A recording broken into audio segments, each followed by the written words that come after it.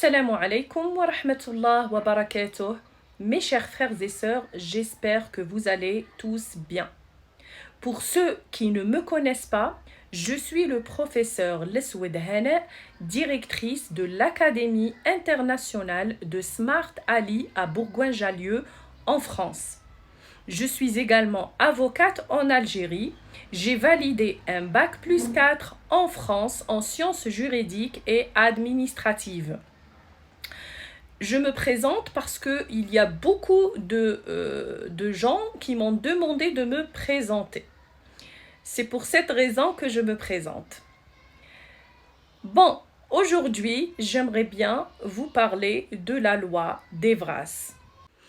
Aujourd'hui, je vais vous parler de la loi d'Evras. Mais avant de vous parler de cette loi, il faut que vous connaissez d'abord la composition du gouvernement belge. La Belgique se compose d'un gouvernement fédéral et de 5 gouvernements régionaux. Chaque gouvernement se compose de plusieurs ministres auxquels des compétences propres sont attribuées.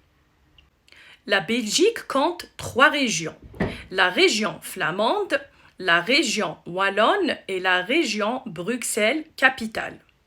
Elle compte 3 communautés, la communauté flamande, la communauté française et la communauté germophone.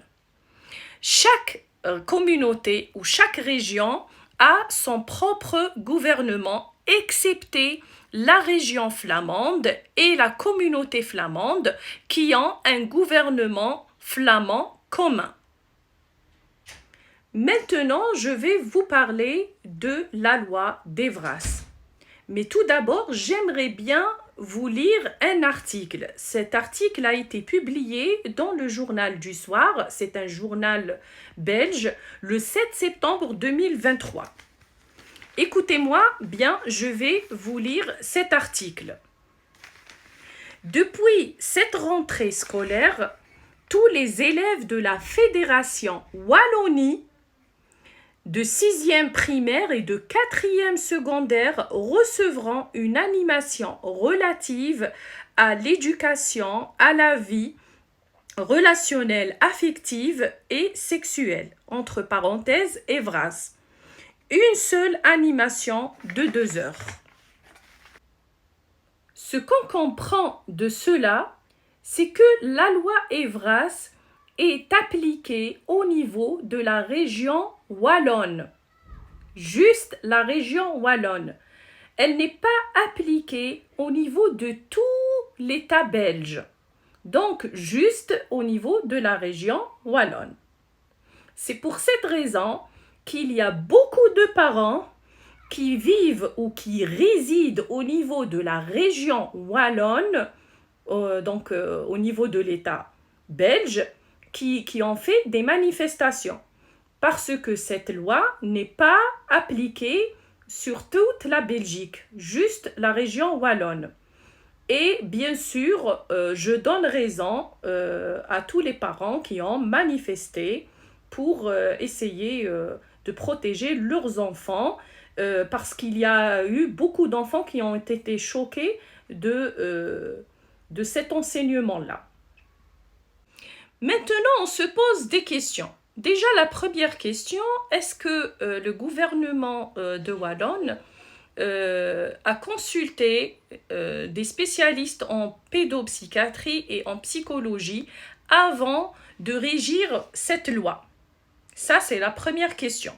Parce que moi, j'ai posé la question à beaucoup de spécialistes en psychologie enfantine et croyez-moi que cette éducation sexuelle qui est destinée à des enfants peut traumatiser les enfants.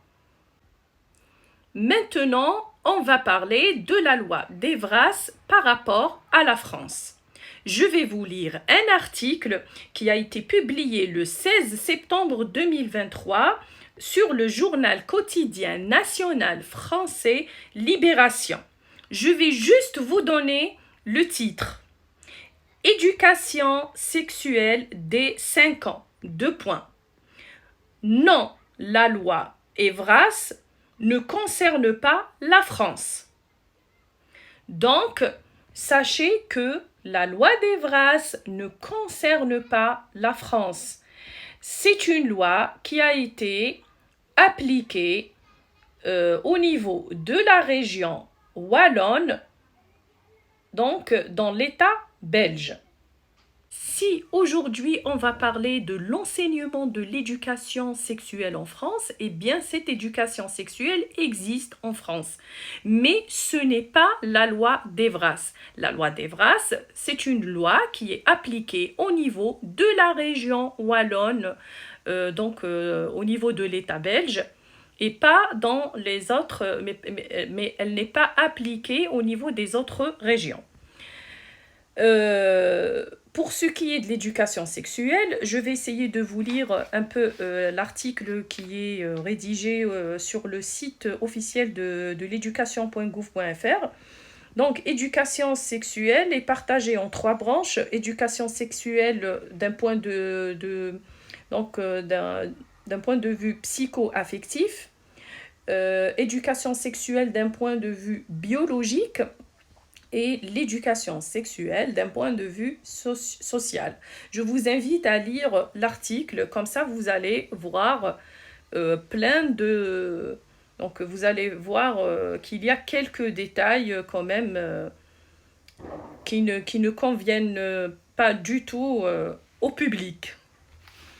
Par la suite, vous allez trouver qu'ils ont mentionné qu'à l'école primaire, l'éducation sexuelle est incombée aux professeurs des écoles. Au collège et lycée, l'éducation sexuelle, au moins 3 séances annuelles. Ces séances sont organisées par une équipe de professionnels volontaires et formés, entre parenthèses, professeurs, infirmiers, etc. Le cas échéant, en lien avec des partenaires extérieurs ayant un agrément national ou académique. Donc, ces intervenants sont des professionnels qui sont agréés par l'État. Donc, ils sont volontaires. Et là, ça attire l'intention qu'il se peut qu'il y a des écoles qui ramènent des gens, malgré qu'ils sont agréés. Ces professionnels-là ne sont pas qualifiés pour donner cet enseignement aux enfants parce qu'ils sont hors sujet. Ce qui n'est pas normal, c'est que nous, notre génération, on a vécu, alhamdoulilah, sans cette éducation sexuelle au niveau des écoles. Si ils veulent protéger les enfants des agressions et des violences sexuelles au niveau de leur foyer, eh bien, le meilleur moyen, c'est d'engager des gens qui sont spécialisés en pédopsychiatrie, en psychologie. Et bien sûr, ils peuvent venir pour essayer de parler aux enfants, d'essayer de voir l'état psychologique des enfants sans les choquer, sans leur donner des informations qui peuvent les traumatiser. Parce qu'avant d'appliquer n'importe quelle loi, et surtout si c'est une loi qui concerne les enfants, il faut absolument consulter des spécialistes en pédopsychiatrie, en psychologie, et donc voilà, et sûrement, s'ils vont consulter ces spécialistes, ce genre d'enseignement n'est pas convenable du tout aux enfants. Il y a beaucoup d'enfants qui ont été choqués. Il y a même des jeunes qui ont été traumatisés par cet enseignement-là. On se demande aussi, est-ce que ces gens-là, ils sont vraiment compétents pour donner ce genre d'enseignement? La façon avec laquelle ils exposent donc cet enseignement, la pédagogie, la méthode. Maintenant, on se pose des questions. La première question est est-ce que cet enseignement de l'éducation sexuelle a été révisé par des pédopsychiatres, des psychologues? Est-ce que vous avez consulté des psychologues, des pédopsychiatres pour voir le comment et le pourquoi et quand, donc la période qui convient pour enseigner cette éducation sexuelle aux enfants, et la méthode et aussi réviser la pédagogie et la méthode avec laquelle on donne cet enseignement, parce qu'il y a eu beaucoup de parents sur les réseaux sociaux qui se sont plaints de cet enseignement de l'éducation sexuelle, parce que apparemment il y a eu des dépassements de la part de ces fameux professionnels. Donc, ce que je vous dis, voilà, je vous ai tout expliqué, que la loi d'Evra, c'est une loi qui concerne la région wallonne en Belgique. Et en France, il y a l'enseignement de l'éducation sexuelle existe. Vous pouvez trouver plus de détails sur education.gouv.fr. Maintenant, reste à voir ces fameux, parce que là j'ai devant moi l'article, reste à voir ces fameux professionnels volontaires et formés. Apparemment, ils disent qu'ils sont formés pour faire ça, mais justement, ce qui s'est passé sur terrain, c'est qu'il y a eu beaucoup d'inquiétude par rapport aux parents. Il y a eu aussi des parents sur les réseaux sociaux qui se plaignent de choses traumatisantes, de faits traumatisants pour leurs enfants et pour les jeunes. Et voilà, voilà tout. Je vous ai donné ces informations par rapport à la différence entre la loi d'Evras et l'enseignement de l'éducation sexuelle en France. J'espère vraiment que nos enfants vont être protégés. On aimerait bien que nos enfants soient protégés, on n'aimerait pas que nos enfants soient traumatisés. Moi personnellement, j'aimerais pas que mon fils ou ma fille ait un enseignement de l'éducation sexuelle dans un bas âge où ils vont être vraiment traumatisés, franchement, voilà. J'ai posé ces questions-là à des spécialistes en pédopsychiatrie et en psychologie. J'ai eu des réponses qui me conviennent très très bien parce que tout simplement, un enfant doit garder l'innocence,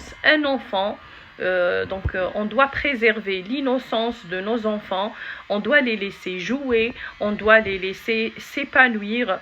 Ils ne sont pas obligés de connaître des trucs qui concernent les adultes. C'est des trucs qui risquent de les traumatiser à vie. À vie. Ils vont être traumatisés à vie. Si ce n'est pas aussi, pour les enfants qui ne seront pas traumatisés, ils vont être pervertis. Et donc, on n'aimerait pas avoir des enfants traumatisés et on n'aimerait pas aussi avoir des enfants pervertis. Je vous dis que Dieu protège nos enfants. Wassalamu alaikum wa rahmatullahi wa barakatuh. Si cette vidéo vous a été bénéfique, mettez-moi un like et abonnez-vous à ma chaîne. Comme ça, vous allez avoir plein de conseils et d'informations.